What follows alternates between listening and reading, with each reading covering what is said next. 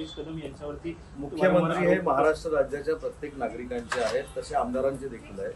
अनिल परब साहेबांचं जे काही म्हणणं असेल ते मुख्यमंत्र्यांना ते भेटणार असेल तर मुख्यमंत्र्यांकडे देतील आणि मुख्यमंत्री त्याच्यावर तपास करतील आणि योग्य ती भूमिका घेतील. माणिकराव कोकाटे यांचा राजीनामा जो आहे तो कुठेतरी महायुती घेत नाहीये, अभय कुठेतरी दिला जातो महायुतीकडून त्यांना, कारण शेतकऱ्यांबाबत असे वक्तव्य केली असं विरोधकांचं. काल त्यांनी स्पष्टीकरण द्यायला जी प्रेस घेतली होती त्यातही त्यांनी दोन वादग्रस्त राजीनामा त्यांचा घेणं न घेणं हा राष्ट्रवादी काँग्रेस पक्षाचे राष्ट्रीय अध्यक्ष जे आहेत अजितदादांचा प्रश्न आहे.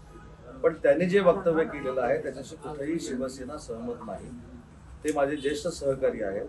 तरी देखील रमी खेळतानाचा विषय जो होता तो क्लॅरिफिकेशन देत असताना की मी काही विनयभंग केला नाही, मी काही दरोडा टाकला नाही, हे बोलणं शासन,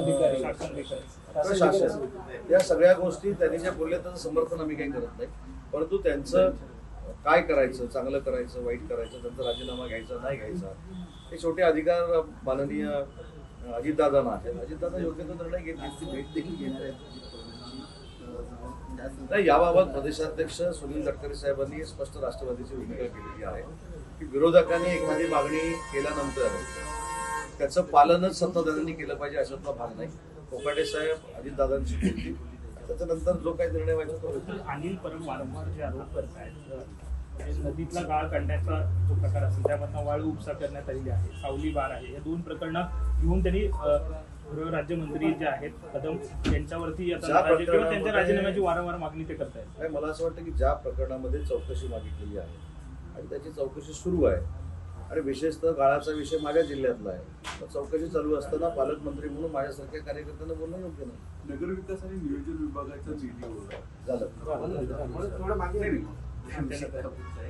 की या सगळ्या गोष्टी या आधी पहिली मुख्यमंत्र्यांकडे जातच होत्या, पण नगरविकासकडनं काही अतिरिक्त निधी वळवला जातो संदर्भातला स्टँड घेतला गेलेला आहे. कोणते निश्चित नाही, मी आधी काय स्टँड घेतलाय ते विचारून बघतो, तो का घेतलाय हे पण विचारून बघतो, तो कशासाठी घेतलाय याची खात्री करून घेतो आणि मग उत्तर देतो. आज तुमची जी बैठक रायसिंग साहेबांची बेसिकली याच्या मागचा अजेंडा नाही, दर 15 दिवसानं आम्ही केलेल्या कामाचा आढावा माननीय एकनाथ शिंदे साहेब घेत असतात. आम्ही मंत्री म्हणून काम करत असताना संघटनेसाठी किती वेळ दिलेला आहे हे देखील ते पाहत असतात.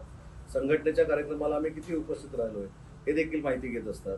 आम्ही त्या 15 दिवसामध्ये आमच्या जिल्ह्यात किती वेळा गेलोय, आमच्या मतदारसंघामध्ये किती वेळा गेलोय, बाजूच्या मतदारसंघामध्ये किती काम केलंय आणि महाराष्ट्राचा दौरा किती केलाय त्याची देखील ते माहिती घेत असतात. त्याच्यामुळे ही बैठक ही आमची आढावा घेण्यासाठी असते.